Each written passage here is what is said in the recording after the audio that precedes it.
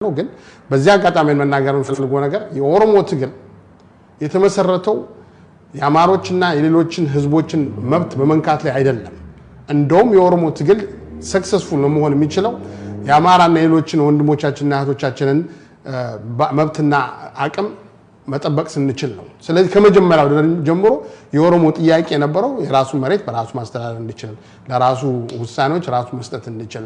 መብቱና ህጉና ባህሉ ተከብሮለት እንዲኖር በሀገሩ ላይ እንደ ድሬቻ ያነባል እንኳን ሲያከብር መታወቂያ ማያስፈልገው ህዝብ እንዲሆን ነው ዋናው ትግሉ የነበረው አሁንም የሚሆነው እሱ ነው ያለው ስለዚህ ከምንም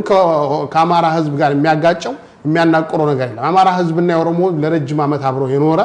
ኦሮማራን በሉት ባለስልጣንም ጠሩ የተለያየ ልብስ ለበሱ አከበሩ ሳይሆን ዋናው ፖይንት ህዝቡ አብሮ የነገደ አብሮ ያመለከ አብሮ ተዋልዶ ተጋብቶ የኖረ